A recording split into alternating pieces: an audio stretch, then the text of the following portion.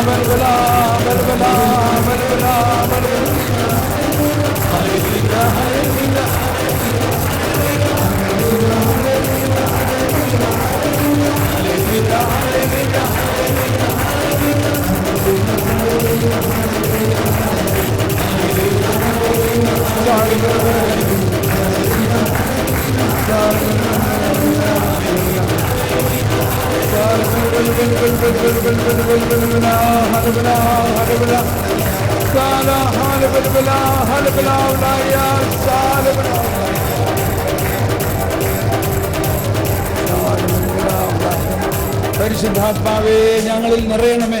ആത്മാവേ ഞങ്ങളിൽ ജ്വലിക്കണമേ. ദൈവാത്മാവ് നമ്മളിൽ നിറഞ്ഞിരിക്കുകയാണ്. ആണോ? ത്രിത്വൈക ദൈവം നമ്മളിലുണ്ടോ? ഈ നമ്മളിൽ നിറഞ്ഞിരിക്കുന്ന ദൈവാത്മാവ് ഒരു കാലിപ്പെട്ടിയായിട്ടാണോ അവിടെ ഇരിക്കണേ? എല്ലാ വരദാനങ്ങളും ആയിട്ടാണ് അവിടെ ഇരിക്കണേ. നമ്മൾ സാധാരണ ധ്യാനത്തിന് അവസാനം കയ്യൊപ്പ് പ്രാർത്ഥന നടത്താറുണ്ട്. നമ്മളിപ്പോൾ കയ്യൊപ്പ് പ്രാർത്ഥനയിലാണ് ധ്യാനം ആരംഭിക്കാൻ പോകുന്നത്. Praise the Lord. അതുകൊണ്ട് നിങ്ങളൊന്ന് മുഖാമുഖം തിരിഞ്ഞു നിന്ന് ഓരോരുത്തരും പരസ്പരം ഒന്ന് പ്രാർത്ഥിക്കാൻ പോവുകയാണ്. മുഖാമുഖം തിരിഞ്ഞു നിന്നിട്ട് 2 പ്രാവശ്യം നമ്മൾ പ്രാർത്ഥിക്കും.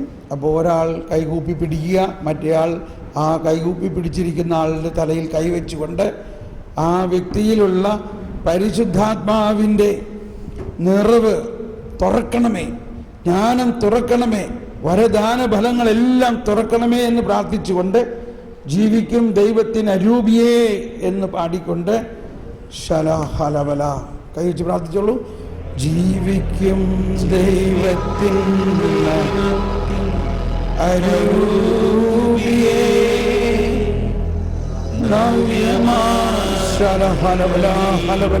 പരിശുദ്ധാത്മാവേ ഈ മകളിൽ ഓരോരുത്തരിലും നിറഞ്ഞിരിക്കുന്ന എല്ലാ വരദാന ഫലങ്ങളും തുറക്കണമേ.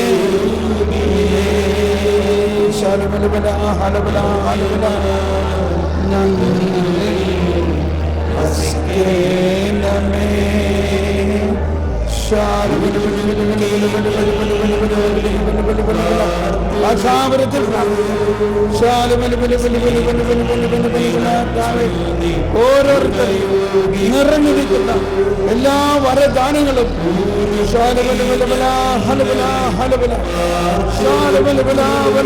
തുറക്കട്ടെ.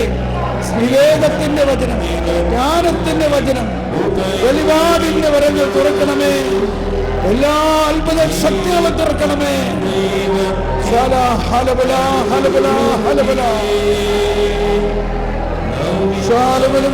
യേശുക്രിസ്തുവിനെ കുറിച്ചുള്ള അറിവിന്റെ ജ്ഞാനം തുറക്കണമേ.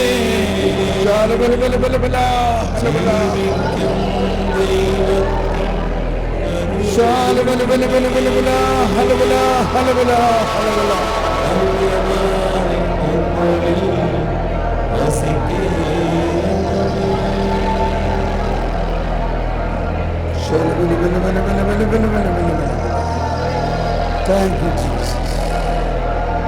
Thank you, Lord. Thank you, Jesus.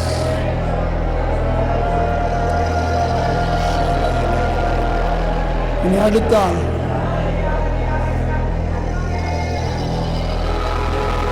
തിരിച്ച് പ്രാർത്ഥിക്കുക. അടുത്ത ആളുടെ തലയിൽ കൈവച്ച് പ്രാർത്ഥിക്കുക. ഇപ്പൊ പ്രാർത്ഥിച്ച ആൾ കൈ ഊപ്പി പിടിച്ച് നിൽക്കുക.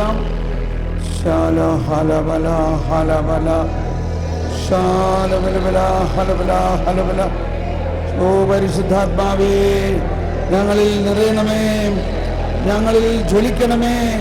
എല്ലാ വരദാന ഫലങ്ങളും തുറക്കണമേ, എല്ലാ വരദാനങ്ങളും തുറക്കണമേ. മുട്ടുവിൻ എല്ലാ ജ്ഞാനം തുറക്കണമേ.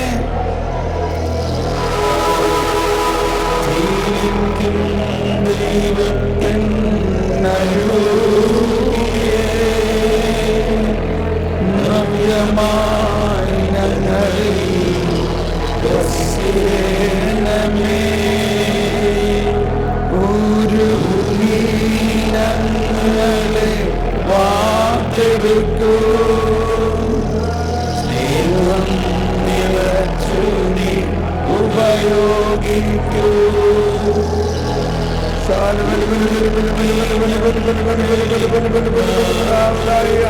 പരിശുദ്ധാത്മാവ് എല്ലാവരിലും നിറയട്ടെ. എല്ലാവരിലും അണവട്ടി ഒഴുകണമേ. എല്ലാ വരദാനങ്ങളും തുറക്കണമേ.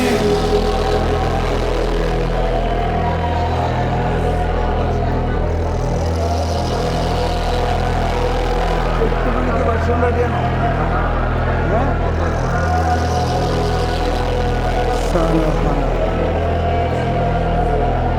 Praise you, Jesus. Thank you, Jesus.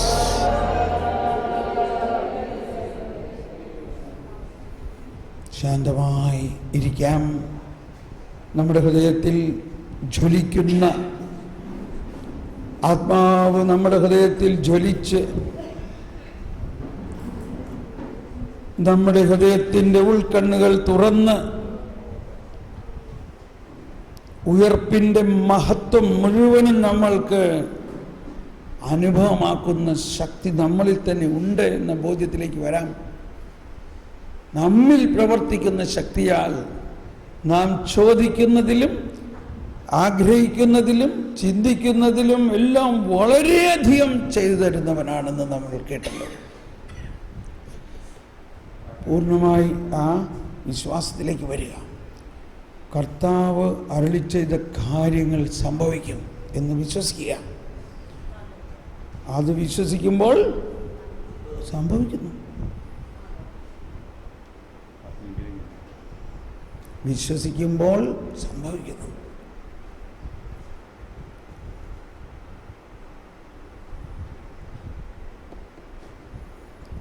Praise the Lord.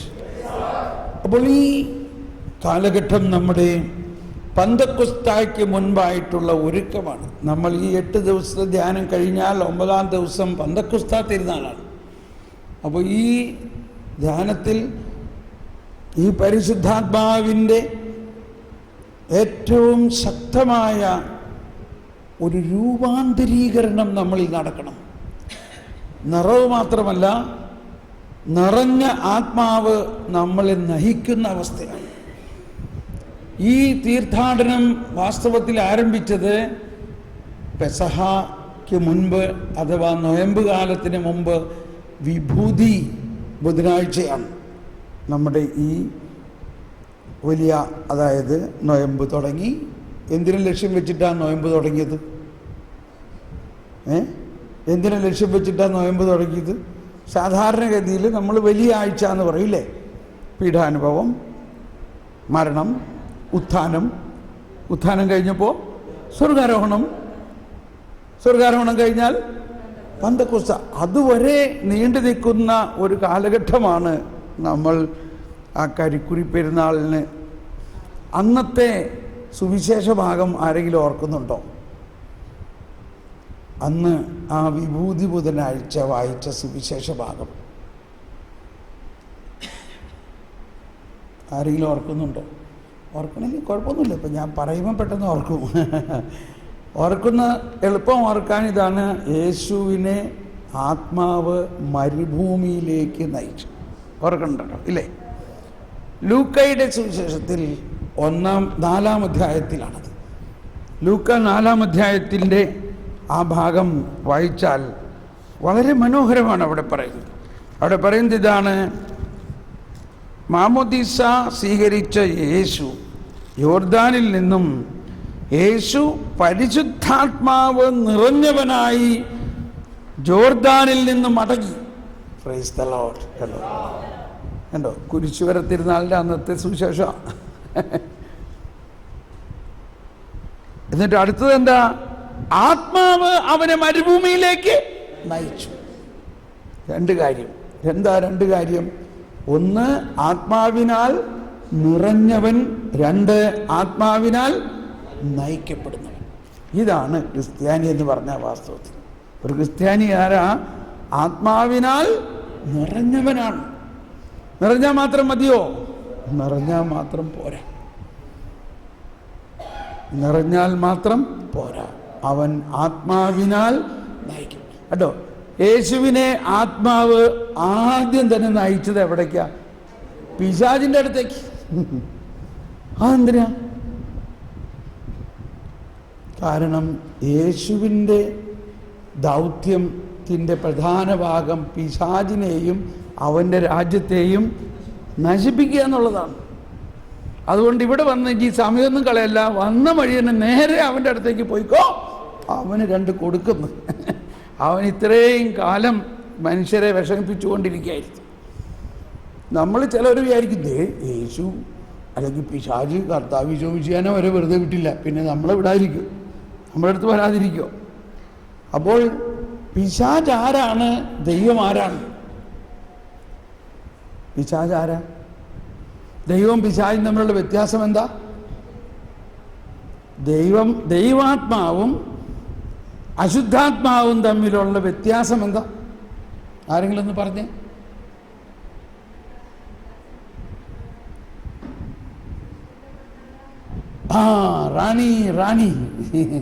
റാണി പറഞ്ഞേ, ഉറപ്പിച്ചങ്ങ് പറയേ. ദൈവം ആരാണ്? സൃഷ്ടാവ്. പിശാചോ സൃഷ്ടി. ഒരുപാട് വിശദീകരിക്കേണ്ട ആവശ്യമൊന്നുമില്ലല്ലോ. ദൈവം ആരാണ്? ഒച്ചത്തിൽ പറഞ്ഞ ദൈവം ആരാണ്? സൃഷ്ടാവ്. പിശാച് എങ്ങനെ ഉണ്ടായി? മാലാഖമാരിൽ നിന്നാണ് പിശാച് ഉണ്ടായത്. മാലാഖമാരാരായിരുന്നു? സൃഷ്ടിയായിരുന്നു. സൃഷ്ടിയായ മാലാഖമാരുടെ പതനത്തിൽ നിന്നാണ് പിശാച് ഉണ്ടായതെങ്കിൽ പിശാചായി കഴിയുമ്പോഴും അവരാരാ? സൃഷ്ടി തന്നെയല്ലേ? ഈ പിശാചിനെ നമ്മൾ ഇത്ര പേര് ബഹളുണ്ടാക്കി ബന്ധിക്കേണ്ട വല്ല ആവശ്യമുണ്ടോ?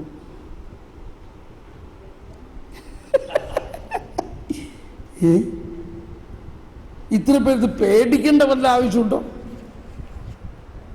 പിശാചിനെ പേടി എന്തുകൊണ്ടാണ്? ഈ പിശാച് ഏതാണ്ട് കർത്താവ് ശോമിശുവായേക്കാളും വലിയ ആളാണെന്നുള്ള വിചാരത്തിൽ നിൽക്കാണ്. പിശാച് നല്ല തിരിച്ചടി ഉണ്ടാവട്ടാ. ഈ ബന്ധന പ്രാർത്ഥനയ്ക്കൊക്കെ പോണേക്ക് മുമ്പ് ഭയങ്കര സംരക്ഷണം എടുത്തോട്ടാ. ഇതിൻ്റെയൊക്കെ അർത്ഥം നമ്മുടെ വിശ്വാസത്തിൻ്റെ ആഴം നമുക്കറിയാത്തതുകൊണ്ടാണ്. ഇപ്പം നമ്മൾ മനസ്സിലാക്കിയില്ലേ കർത്താവ് ഈശോമിശിഹ ആരാന്ന്? മനസ്സിലായോ നേരത്തെ? സകല പിശാചുക്കളെയും നശിപ്പിച്ച് സ്വർഗത്തിൽ വിജയശ്രീലാളിതനായി ചെന്ന് ആദവും ഹവ്വയും വരെ സ്വർഗത്തിലെത്തിച്ച ആ കർത്താവാണ് നമ്മുടെ ഉള്ളിൽ വസിക്കണേ. സൃഷ്ടാവ് എന്നുള്ള നിലയിൽ ദൈവാത്മാവിൻ്റെ ശക്തി അനന്തമാണ്. എന്നാൽ അശുദ്ധാത്മാവിൻ്റെ ശക്തിയോ അനന്തമല്ല. എന്ന് പറഞ്ഞാൽ എന്താ? പരിമിതമാണ്. കാറ്റഗിസത്തിൽ 395-ാമത്തെ ഖണ്ഡിക ഇത് എന്തിനാ ഇതൊക്കെ നമ്പർ പറയണമെന്ന് വെച്ചാൽ, ഇത് തോമസ് പോൾ പറയണമെന്നല്ല, ഇത് സഭയുടെ പ്രബോധനമാണിത്. 395 ഖണ്ഡികയിൽ പറയുകയാണ്, 395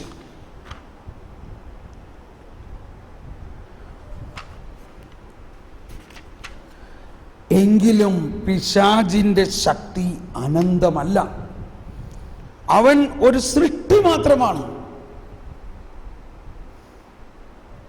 ഒരു വലിയ സമാധാനമല്ലേ? ആവശ്യമില്ലാണ്ട് നമ്മൾ പേടിച്ച് ഇരിക്കുകയാണ് പിശാചിനെ. അപ്പോൾ മരുഭൂമിയിൽ എന്താ ഉണ്ടായേ? മരുഭൂമിയിൽ പിശാച് യേശുവിൻ്റെ അടുത്ത് വന്നോ? യേശു പിശാചിൻ്റെ അടുത്ത് ചെന്നോ? യേശു പിശാചിൻ്റെ അടുത്തേക്ക് ചെന്നു. എന്തിനാ? പിശാചിനെയും പിശാചിൻ്റെ എല്ലാ വഞ്ചനാത്മകമായ പ്രവൃത്തികളെയും നശിപ്പിക്കാൻ വേണ്ടിയാണ് ഈശോ വന്നത്. ഈശോ ആ പിശാചിനാൽ പരീക്ഷിക്കപ്പെട്ടു എന്ന് പറഞ്ഞാൽ, നമ്മളിവിടെ ഒരു ആറ്റം ബോംബുണ്ടാക്കി ഭാരതം എന്ത് ചെയ്യും? മരുഭൂമിയിൽ കൊണ്ടുപോകും. എന്തിനാ മരുഭൂമി കൊണ്ടുപോകണേ? പരീക്ഷിക്കാൻ. മനസ്സിലായോ? എന്താണ് ആ പരീക്ഷ എന്നുള്ളതിൻ്റെ അർത്ഥം? നമ്മൾ പരീക്ഷ പാസ്സാവണം എന്തിനാ? പാസ്സായാലല്ലേ നമുക്ക് സർട്ടിഫിക്കറ്റ് കിട്ടുള്ളൂ. പരീക്ഷ എന്ന് പറഞ്ഞാൽ അതിനെ ഒരു പ്രമോഷൻ കിട്ടുന്നതിനുള്ള വ്യവസ്ഥയാണത്. നമ്മുടെ അടുത്ത് ആറ്റം ബോംബുണ്ടെന്ന് പറഞ്ഞുകൊണ്ടിരുന്നാൽ എന്താ? ഒന്ന് പൊട്ടിച്ച് കാണിക്കട്ടെ. അപ്പോൾ മരുഭൂമിയിൽ കൊണ്ടുപോയി ആറ്റം ബോംബ്. അപ്പോൾ ഉടനെ ഓൾറെഡി ന്യൂസ് എല്ലായിടത്തും പറഞ്ഞു, ഇന്ത്യ ആറ്റം ബോംബ് പരീക്ഷിക്കാൻ പോവുകയാണെന്ന്. ഉടനെ അയൽ രാജ്യങ്ങളെല്ലാം ഇനി സംഭവം ശ്രദ്ധിക്കണം ഇല്ലേ? എല്ലാവരും ജാഗ്രതയായി, എല്ലാവരും സാറ്റലൈറ്റിലൂടെ നോക്കുകയാണ്. അത് ചീറ്റിപ്പോകുമോ അതോ പൊട്ടുമോ? ഇതാ ആറ്റം ബോംബ് പൊട്ടി. ഇനി ഇന്ത്യയോട് അങ്ങനെ കളിക്കാൻ പറ്റില്ല. ഇന്ത്യ ശക്തമായ ഒരു രാജ്യമായിരിക്കുന്നു എന്ന് പ്രഖ്യാപിക്കപ്പെട്ടു. ആര് പ്രഖ്യാപിച്ചു? ഈ പരീക്ഷണം വെളിപ്പെടുത്തി. ഇനി മറ്റ് രാജ്യങ്ങൾക്ക് ഇന്ത്യയുമായിട്ട് യുദ്ധം ചെയ്യണമെങ്കിൽ അവർക്ക് ഇതിനേക്കാൾ വലിയ ഒരു സംഭവം ഉണ്ടാവണം.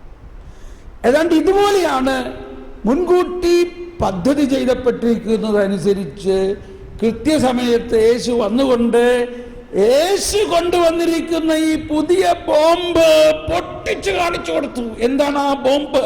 പിശാചിന്റെ സകല പ്രവർത്തനത്തെയും നശിപ്പിക്കുന്ന ബോംബ്. പിശാച് വാടി, നീ പയറ്റൊന്നു. അവൻ ആദ്യം ഒരു നമ്പർ ഇറക്കി.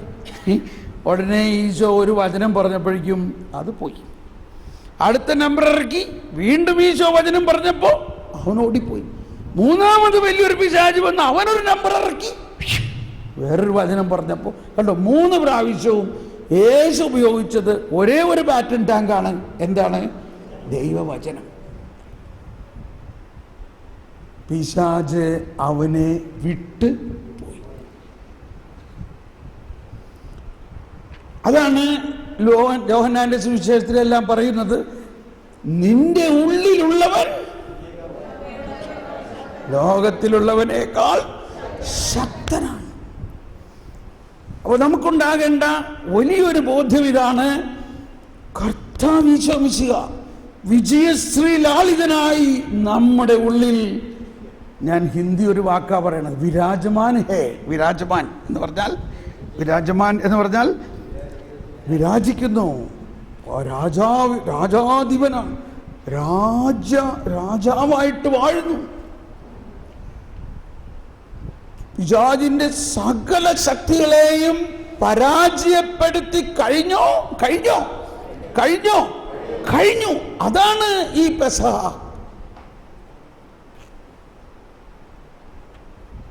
പെസഹയിലൂടെയും ഉയർപ്പിലൂടെയും പിശാചിന്റെ സകല പ്രവൃത്തികളെയും പരാജയപ്പെടുത്തി കഴിഞ്ഞിട്ടും ഈ പരാജയപ്പെട്ട ആൾക്കാർ ഇവിടെ കറങ്ങി കിടക്കാണ്.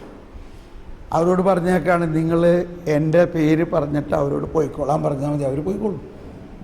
എൻ്റെ പേര് ഞാനാണ് അവരെ പരാജയപ്പെടുത്തിയത്, അതുകൊണ്ട് എൻ്റെ പേര് പറഞ്ഞാൽ അവർ പോയിക്കോളും. എൻ്റെ പേര് കേൾക്കുമ്പോഴേക്കും അവർ പോയിക്കോളും. പക്ഷെ നമ്മളിത് വിശ്വസിക്കണം. എന്ത് വിശ്വസിക്കണം?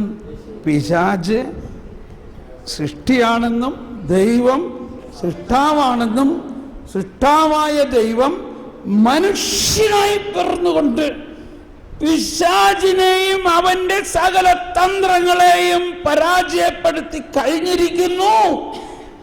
അവന്റെ ഏറ്റവും വലിയ തന്ത്രമായിരുന്നു മരണം. ആ മരണത്തെ പോലും വിജയിച്ചു.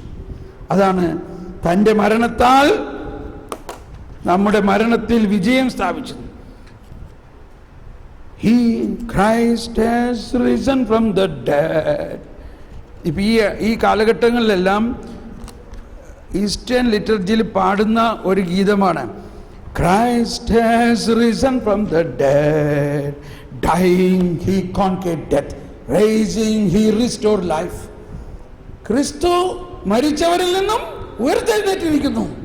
അവന്റെ മരണത്താൽ അവൻ മരണത്തെ ജയിച്ചിരിക്കുന്നു. അവന്റെ ഉയർപ്പിനാൽ അവൻ നമ്മൾക്ക് പുതുജീവൻ നൽകിയിരിക്കുന്നു. Christ is risen from the dead, dying he conquered death, rising he restored life. Christ has risen from the dead, dying he conquered death, rising he restored life. അങ്ങനെ അവന്റെ മരണത്തിലൂടെ മരണത്തെ ജയിച്ചു. അവന്റെ ഉത്ഥാനത്തിലൂടെ പുതുജീവൻ നൽകി കഴിഞ്ഞിരിക്കുന്നു. അപ്പോ ഈ കരിക്കുരി നടത്തുന്നിടത്ത് കരിയും കൊണ്ട് നമ്മളെ കുരിശ് വരച്ചപ്പോൾ എന്താ പറഞ്ഞത് നമ്മളോട്? മനുഷ്യ നീ മണ്ണാകുന്നു, മണ്ണിലേക്ക് തിരിച്ചു പോകുക എന്ന് പറഞ്ഞു. എന്നിട്ട് നിങ്ങൾ വല്ലതും പറഞ്ഞോ? ശരി പോയിക്കോളാം എന്ന് പറഞ്ഞു. ഞാൻ അങ്ങനെയല്ല, ഞാൻ പറഞ്ഞു, ഞാൻ പോയിട്ട് ഉത്ഥാന ദിവസം ഞാൻ വിജയശ്രീലാളിതനായി തിരിച്ചു വരും. ഇല്ലേ? ഇപ്പം ഞാൻ പോവുകയാണ്. എന്തിനാണ് പോണത്? ഉത്ഥാനത്തിൽ ഈ മണ്ണിൽ നിന്ന് ഞാൻ ഉയർത്തെഴുന്നേറ്റ് വരും. മനുഷ്യ ഞാൻ മണ്ണാണെന്നൊന്നും പറയണ്ട, ഞാൻ ദൈവത്തിൻ്റെ ഛായയിലും സാദൃശ്യത്തിലും സൃഷ്ടിക്കപ്പെട്ടിട്ടുള്ള ദൈവ മകനാണ് ഞാൻ. അപ്പോൾ അന്നത്തെ എന്നെ വളരെ സ്പർശിച്ചാൽ ഇപ്പോൾ ഓർക്കുന്നുണ്ടാവുക ഈ വായന.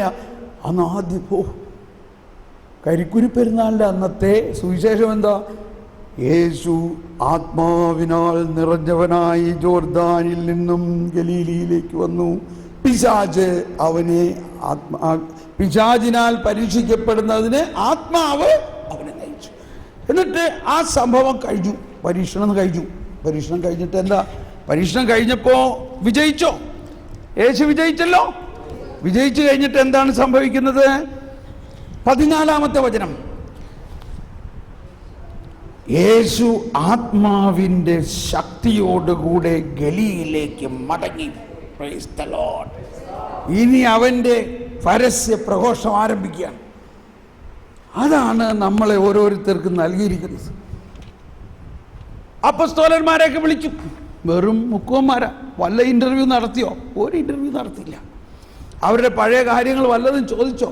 നമ്മളിപ്പോൾ നമ്മുടെ ഗ്രൂപ്പിൽ ഒരാളെ ചേർക്കുകയാണെങ്കിൽ എന്തെല്ലാം എൻക്വയറിയൊക്കെ നടത്തിയിട്ട് ഇവൻ്റെ പഴയ ഹിസ്റ്ററി എന്താ, ഇവരിതിനു മുമ്പ് എവിടെയായിരുന്നു, ഇവൻ എന്തൊക്കെ പാപം ചെയ്തിട്ടുണ്ട്, ഇവൻ്റെ ഇതൊക്കെ കലക്കി കുറിച്ച് അറിഞ്ഞിട്ട് വീണ്ടും ഒന്ന് പ്രാർത്ഥിച്ചൊക്കെ നോക്കി വല്ല ദർശനം ഉണ്ടെങ്കിൽ അവനെ എടുക്കും. കർത്താവ് ഇവരെക്കുറിച്ച് വല്ലതും അന്വേഷിച്ചോ? എന്തറിയാമായിരുന്നു അവരെക്കുറിച്ച്? എല്ലാം എന്താണ്? അവരൊക്കെ പാപികളാണെന്ന് അറിയായിരുന്നു, അല്ലേ? എല്ലാവരും പാപികളാണ്. എന്തുകൊണ്ട് എല്ലാവരും പാപികൾ? അവരുടെ പാപമോചനത്തിനുള്ള മിശിഹ വന്നിട്ടില്ല. മിശിഹ വന്നാലല്ലേ പാപമോചനം ഉണ്ടാവുള്ളൂ. എന്നിട്ട് ഇവരെ വിളിച്ചിട്ട് എന്ത് ചെയ്തു? ഇതാണ് ആദ്യം കൊടുത്തത്. എന്താ? എല്ലാ വരദാനങ്ങളും കൊടുത്തു. അതാണ് ലൂക്ക 9-ാം അധ്യായത്തിൽ അവൻ 12 പേരെയും അടുത്തോട്ട് വിളിച്ചു, അവർക്ക് സകല അധികാരങ്ങളും കൊടുത്തു. ഇന്നലെ വരെ കാണാത്ത ആൾക്കാരാണ്. സകല അധികാരങ്ങളും കൊടുത്തു. എന്ത് കൊടുത്തു? സകല അധികാരങ്ങൾ. ലൂക്ക 9.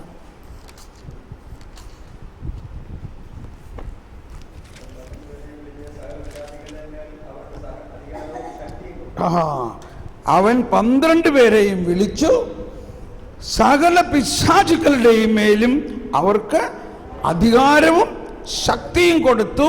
അതോടൊപ്പം രോഗങ്ങൾ സുഖപ്പെടുത്താനും ദൈവരാജ്യം പ്രസംഗിക്കാനും രോഗികളെ സുഖപ്പെടുത്താനുമായി അവൻ അവരെ അയച്ചു. ഇതിപ്പോൾ ഞാൻ സാധാരണ പറയാറുള്ളതാണ്. ഇതിനു മുമ്പ് കൂടിയിട്ടുള്ളവർക്ക് കേൾക്കുമ്പോൾ റിപ്പീറ്റേഷൻ തോന്നും. 3 കാര്യമാണ് ഇവിടെ മനസ്സിലാക്കേണ്ടത്. അവൻ വിളിച്ചു, കൊടുത്തു, അയച്ചു. അവൻ വിളിച്ചു, അതാണ് വിളി. നമുക്ക് ആ വിളി ഉണ്ടോ? എങ്ങനെ നമുക്ക് ആ വിളി ഉണ്ടെന്ന് മനസ്സിലാവുന്നു?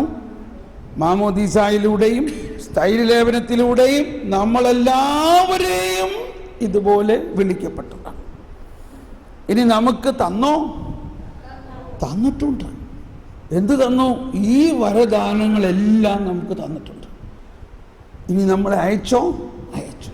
കണ്ടോ, ഇപ്പോൾ ഒരു കാർപ്പൻ്ററെ വിളിച്ചു ഒരു ടേബിൾ ഉണ്ടാക്കാൻ. അയാൾ പോക്കറ്റിൽ കൈയിട്ടുകൊണ്ട് മാനായിട്ട് വന്നു കഴിഞ്ഞാൽ അവന് ടേബിൾ ഉണ്ടാക്കാൻ പറ്റുമോ? അവനെന്ത് കൊണ്ടുവരണം? കയ്യിൽ പണിയായുധം കൊണ്ടുവരണം. ഇതാണ് ഈശോ. അവരെ വിളിച്ചു. ഭക്ഷണത്തിന് സമയമായോ? ഓൾറൈറ്റ്. ഈശോ ഈ പണിക്കാരെ വിളിച്ചു. ഇവർ ദൈവരാജ്യത്തിൻ്റെ അപ്പസ്തോലരാണ്. ഇവർ പണിയാൻ വന്നിരിക്കുന്നവരാണ്. ഇവരുടെ കയ്യിൽ എന്തുണ്ടാകണം? ആദ്യം തന്നെ പണിയായുധങ്ങൾ കൊടുക്കുകയാണ്. ഇപ്പോൾ ആലോചിച്ച് കരിസ്മാറ്റിക് നവീകരണത്തിൻ്റെ ഗോൾഡൻ അല്ലേ, 50 വർഷമാകുന്നു. അതിനു മുമ്പും ഒരുപാട് എവാഞ്ചലൈസേഷൻ സാധ്യതകളൊക്കെ ഉണ്ടായിരുന്നല്ലോ. പക്ഷെ ഈ വരദാനങ്ങൾ ഉപയോഗിക്കാൻ തുടങ്ങിയപ്പോൾ നവീകരണം എത്ര ശക്തമായി. ഈ കൊച്ചു കേരളത്തിൽ നോക്കിയേ, 125-ലധികം ധ്യാന കേന്ദ്രങ്ങൾ. ലോകം മുഴുവനിലേക്കും ഇവിടുന്ന് ശുശ്രൂഷകർ പറക്കുന്നു. എന്തോ ഒരു വലിയ ഒരു മുന്നേറ്റമാണ്. എന്താ അതിൻ്റെ എല്ലാം കാരണം? ഈ വരദാനങ്ങൾ പ്രവർത്തിക്കാൻ ആരംഭിച്ചു. അവൻ അവരെ വിളിച്ചു, അവർക്ക് കൊടുത്തു, അവരെ അയച്ചു. അപ്പൊ ഈ കാർപ്പൻ്റർ വരദാനങ്ങൾ അല്ലെങ്കിൽ ഉപകരണങ്ങൾ ഉപയോഗിച്ചാൽ മാത്രമേ ഇതുപോലെ ഒരു ടേബിൾ ഉണ്ടാക്കാൻ പറ്റുള്ളൂ. അപ്പോൾ നമ്മൾക്ക് നൽകുന്ന ഈ വരദാനങ്ങൾ കർത്താവിന് കൂടുതൽ നൽകണമെന്നാണ് ആഗ്രഹം. കൂടുതൽ നൽകുകയാണെങ്കിൽ അവൻ നല്ല പവർ ടൂൾസ്. ഈ ഇടയ്ക്കൊക്കെ ആചാര്യയുടെ കയ്യിലിരിക്കുന്ന ഉപകരണങ്ങൾ പണ്ടത്തെ മാതിരി അല്ല അല്ലേ, പവർ ടൂൾസാണ്. പണ്ട് അറക്കവാളെന്ന് പണ്ട് ഗിറ് ഗിറ് ഗിറ് എന്ന് പറഞ്ഞു രാവിലെ മുതൽ 2 മണിക്കൂർ അറുത്താലേ ഒരു വർഷം മരം അറുത്ത് കിട്ടുള്ളൂ. ഇപ്പം അതൊന്നും വേണ്ട. ഇപ്പം അവൻ പ്ലഗ് കുത്തി കഴിഞ്ഞാൽ അറുത്ത് കഴിച്ചു, മരം അറുത്തു. എന്തുകൊണ്ടാ? Power tools. അപ്പം നമ്മുടെ സുവിശേഷ വേലയിൽ പവർ ടൂൾസ്, വരദാനങ്ങൾ എന്ന് പറഞ്ഞാൽ ശക്തമായ ഉപകരണം. ഇത് ലൂക്കയിൽ ഇങ്ങനെ എഴുതിയിരിക്കുകയാണെങ്കിൽ മത്തായിൽ എഴുതിയിരിക്കണതെന്ന് കേട്ട എനിക്ക് തോന്നല്ല നിങ്ങളിത് വിശ്വസിക്കുന്നു. ഞാൻ വിശ്വസിക്കുന്നുണ്ട്. മത്തായി 10-ാം അധ്യായത്തിൽ 8-ാമത്തെ വചനത്തിൽ പറയുകയാണ്. മത്തായി 10-ാം അധ്യായത്തിൽ 8-ാമത്തെ വചനത്തിൽ പറയുകയാണ്, രോഗികളെ സുഖപ്പെടുത്തുന്നതിനും മരിച്ചവരെ ഉയർപ്പിക്കുന്നതിനും, ഹല്ലേലൂയ, കുഷ്ഠരോഗികളെ സൗഖ്യപ്പെടുത്തുന്നതിനും പിശാചുക്കളെ ബഹിഷ്കരിക്കുന്നതിനും അധികാരം കൊടുത്തു. എന്നിട്ട് പറയാ ഇത് നിങ്ങൾക്ക് ദാനമായിട്ട് തന്നിരിക്കുകയാണ്. അതുകൊണ്ട് നിങ്ങൾക്ക് ദാനമായി കിട്ടിയത് നിങ്ങളും മറ്റുള്ളവർക്ക് കൊടുക്കും. ദാനമായിട്ട് കൊടുക്കും. ഇംഗ്ലീഷിലാണത് ഭയങ്കര രസം. ഇംഗ്ലീഷിൽ എന്താ? To heal the sick, raise the dead, cleanse the leper, cast out demons എന്ന് പറഞ്ഞ എല്ലാവരും ഹീൽ ദ സിക്ക്. ഉച്ചത്തിൽ പറഞ്ഞ് heal the sick, raise the dead, cleanse the leper, cast out demons. അന്നെല്ലാം ഇത് വളരെ സാധാരണമായിരുന്നു. മരിച്ചവരെ ഉയർപ്പിക്കുന്നത് അത് ശക്തിയാണ്. കാരണം ആ ഉയർപ്പിന്റെ ശക്തി നമ്മൾ തന്നിരിക്കുകയാണ്. മരിച്ചവരെ ഉയർപ്പിക്കാനുള്ള ശക്തി. ഇതിനൊക്കെ വേണ്ടി നമ്മൾക്ക് പ്രാർത്ഥിച്ചൂടെ? ഈ വരങ്ങൾ നമുക്ക് വേണോ? ഈ മരിച്ചവരെ ഉയർപ്പിക്കണ വരം എത്ര പേർക്ക് വേണം? പറഞ്ഞേ. ചിലവർക്ക് പേടിയാവാൻ. കൈ പൊക്കിക്കോ ധൈര്യമായിട്ട്. അതെ, പ്രൈസ് ദ ലോർഡ്. മരിച്ചവരെ ഉയർപ്പിക്കുന്നതിനും രോഗികളെ സുഖപ്പെടുത്തുന്നതിനും പിശാചുക്കളെ ബഹിഷ്കരിക്കുന്നതിനും കുഷ്ഠരോഗികളെ സൗഖ്യപ്പെടുത്തുന്നതിനും അവൻ ശക്തി നൽകി. അതോടൊപ്പം പറഞ്ഞു, നിങ്ങൾ പോയി സുവിശേഷം പ്രഘോഷിക്കുക. അതാണ് ഇനി നമുക്ക് മനസ്സിലാക്കേണ്ടത്. എന്താണ് ഈ സുവിശേഷം? വിശക്കുണ്ടാവുമായിരിക്കും. നമുക്ക് ഊണ് കഴിഞ്ഞ് വന്നിട്ട് അതിനെക്കുറിച്ച് പഠിക്കാം. ഊണ് കഴിഞ്ഞ് പെട്ടെന്ന് വരണം, അരമണിക്കൂറിനകത്ത് വരണം കേട്ടോ. 8:45 എല്ലാവരും കൂടെ എത്തണം. ഇന്നിപ്പോൾ നല്ല ഒരു ക്ലൈമറ്റാണ്, ചൂട് കുറഞ്ഞു. നമുക്ക് ഇന്നങ്ങ് കുറച്ചും കൂടി അങ്ങ് പറയാം, ഇല്ലേ? Ready? Yes, praise the Lord. സാധാരണ നമ്മൾ ഈ ധ്യാനത്തിന് മൗനം ആണ്. കാരണം നമ്മൾ ഈ കേട്ട കാര്യങ്ങൾ നമ്മുടെ ഉള്ളിൽ ലയിക്കണം. നമ്മളതിനെക്കുറിച്ച് വിചിന്തനം ചെയ്യണം കേട്ടോ. അതുകൊണ്ട് നമ്മൾ വളർച്ചാ ധ്യാനമായതിൻ്റെ പേരിൽ നമ്മളൊന്നും സംസാരിക്കാതെ ഈ കേട്ട കാര്യങ്ങൾ വിചിന്തനം ചെയ്തിട്ട് വരിക.